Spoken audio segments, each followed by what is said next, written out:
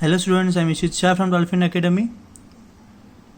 Today we are discussing about theorem 6.1. Chapter 6 में से आपको मोस्टली थियरम पूछे जाते हैं जो 4 मार्कर या 5 मार्कर में पूछते हैं, तो बहुत इंपॉर्टेंट है। मैं आपको 4 थियरम कराऊंगा, 4 में से एक फिक्स एग्जाम में, बोर्ड की एग्जाम में पूछेंगे, तो हर एक लाइन टू लाइन प्रिपेयर करना है। आपके लैंग्वेज में इसमें से कुछ नहीं लिखना है, सब कुछ आपको टेक्स्ट बुक की लैंग्वेज या फिर मैं जो लिख रहा हूँ वही लैंग्वेज में लिखना है। Theorem 6.1, if a line is drawn parallel to one side of the triangle, मतलब ये ट्राइंगल ए बी सी के पैरेलल अगर मैंने एक लाइन डी ई ड्रॉ किया to intersect the other two sides, A B और ए सी को वो डी और ई पॉइंट में इंटरसेक्ट कर रहा है, the other two sides are divided in the same ratio, मतलब ये जो डिवाइड हो रहा है A D and D B D and AE and EC are in the same ratio, मतलब you have to prove that AD upon DB, AD upon DB equals to AE upon EC, ये आपको prove करना है। सो ये theorem का statement आपको याद रखना है। This theorem is called BPT, basic proportionality theorem, और ऑल्सो कॉल्ड थेल्स थियरम। तो आपको पूछ सकते हैं, थेल्स थियरम भी पूछ सकते हैं, तो आपको पूरा स्टेटमेंट लिख के फिर स्टार्ट करना है। BPT पूछे बेसिक प्रोपोर्शनलिटी थियरम, तो पहला पूरा स्टेटमेंट लिखो, उसके बाद स्टार्ट करो, मतलब स्टेटमेंट भी आपको इसका याद रखना है।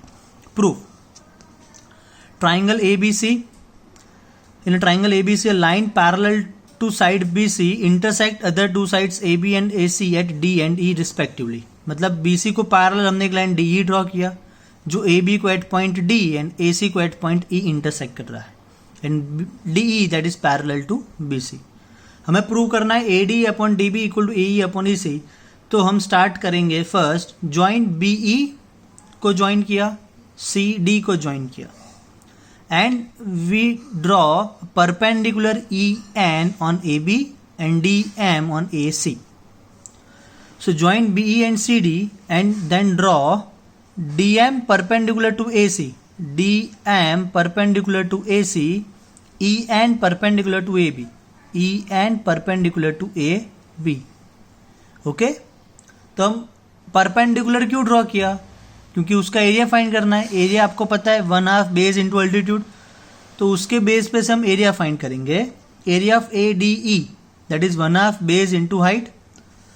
तो एरिया ऑफ ADE, अगर मैं AD को बेस ले रहा हूं तो ये उसका अल्टीट्यूड हो गया EN। तो एरिया ऑफ ADE क्या हो जाएगा? 1/2 into base AD into height EN। तो area of ADE that is 1/2 into base AD into height EN। Clear? ADE हो गया, तो हम 9th में पढ़ चुके हैं। एरिया ऑफ ADE को हम लिखेंगे small AR into ADE, small AR of ADE that is 1/2 into AD into EN।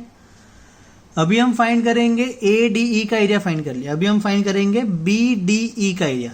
ध्यान रखना, इसी स्टेप में जाना है। पहले ADE का एरिया फाइंड किया, इसको बेस लिया, इसको हाइट ले लिया, तो यही बेस के ऊपर आपका ये ट्राइंगल बन रहा है। जो बेस हमने पहले लिया AD, उसी बेस पे आपका ये ट्राइंगल बन रहा है BDE।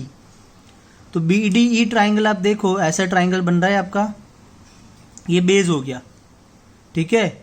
और इसको मैं अगर एक्सटेंड करूं तो यहां से ये परपेंडिकुलर आ रहा है EN, ट्राइंगल आपका BDE, ये ट्राइंगल, ये उसका बेस और इसके ऊपर परपेंडिकुलर ये हो गया। इसको आप ऐसे रोटेट कर दो, इस तरीके का ऐसा ट्राइंगल है, तो ये बेस हो गया, उसके ऊपर मैंने यहां से बार परपेंडिकुलर कर दिया, ऑब्ट्यूज एंगल ट्राइंगल होता है। तो इसका एरिया क्या हो जाएगा? 1/2 into base BD into altitude EN। Area of BDE that is 1/2 into BD into EN। तो यहां पे हमने फाइंड कर लिया area of AD that is 1/2 AD into EN and area of BD that is 1/2 BD into EN। अभी next case देखते हैं। ये ट्राइंगल और ये बेस के ऊपर हमने कैलकुलेट किया, अभी ये वाला बेस कंसिडर करते हैं। एरिया ऑफ ADE, तो ये बेस AE बेस और DM परपेंडिकुलर हो गया, तो 1/2 इंटू बेस इंटू अल्टीट्यूड हो सकता है।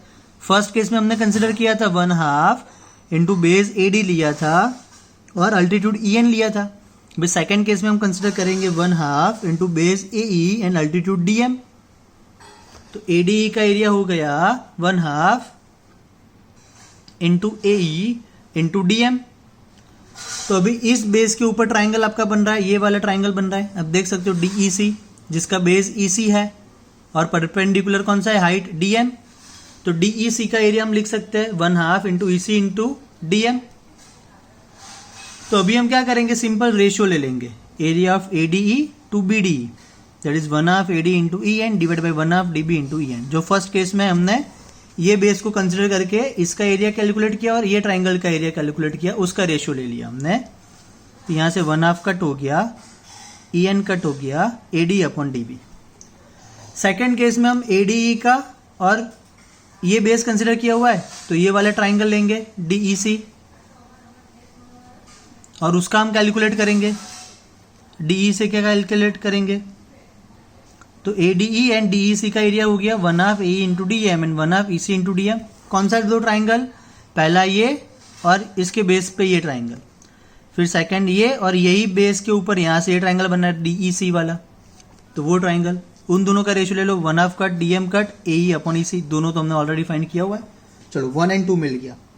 अभी क्या करना है, आप देख सकते हो यहाँ पे जो 9th में आप पढ़ चुके हो, triangle BDE and triangle DEC both are on the same base DE, एक ही बेस के ऊपर है ये दोनों ट्राइंगल, मतलब ऐसा बन रहा है आपका दोनों ट्राइंगल एक बेस के ऊपर, ऐसा एक ट्राइंगल, सॉरी यहां पे बनाता हूं, ये बेस के ऊपर एक ट्राइंगल ऐसा बन रहा है और एक ट्राइंगल ऐसा बन रहा है, दोनों एक ही बेस पे बन रहा है। और between two parallels DE and BC, दो पैरेलल के बीच में दो ट्राइंगल बन रहा है। तो 9th में क्या था, ए triangle BDE and DEC are on the same base and DE and same base D and between the same parallel BC and D, अगर वो सेम बेस पे है और सेम पैरेलल के बीच में है, then the area of these two triangles are equal, so area of BDE equals to area of DEC, तो दोनों ट्राइंगल का एरिया इक्वल हो जाएगा।